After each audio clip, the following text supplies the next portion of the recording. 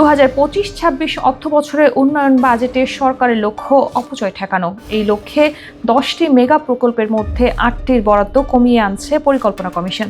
বরাদ্দ কমেছে 6,423 কোটি টাকা। নতুন বার্ষিক উন্নয়ন পরিকল্পনা এডিপিতে রূপ পাচ্ছে ব্যয়ের নতুন ছক। বড় স্বপ্নের ভারে যেন নুয়ে না পড়ে দেশের বাজেট, সে লক্ষ্যেই কৌশলী এই সিদ্ধান্ত নিল সরকার। সবচেয়ে আলোচিত রূপপুর পারমাণবিক বিদ্যুৎ কেন্দ্রের নকশা না বদলালেও প্রকল্পটি এখন ধীরে ধীরে এগোচ্ছে। এই প্রকল্পকে ঘিরে গড়ে ওঠা বাড়তি কার্যক্রম এবং নিরাপত্তা ব্যবস্থার খরচ আলাদাভাবে যুক্ত হওয়ায় মূল প্রকল্পে বরাদ্দ কিছুটা কমিয়ে আনা হয়েছে।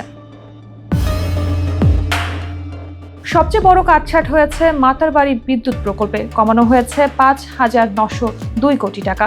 বাস্তবায়নের ধীর গতির পাশাপাশি যাচাই বাছাইয়ের ধাপ দীর্ঘ হওয়ায় বরাদ্দ পুনর্বাসন করা হয়েছে। Dhaka Ashulia elevated expressway, Bangabandhu rail সেতু, পদ্মা সেতু রেল সংযোগ সহ আরও কয়েকটি প্রকল্পেও দেখা গেছে একই প্রবণতা। বরাদ্দ কমিয়ে আনা হয়েছে বাস্তবতার আলোকে।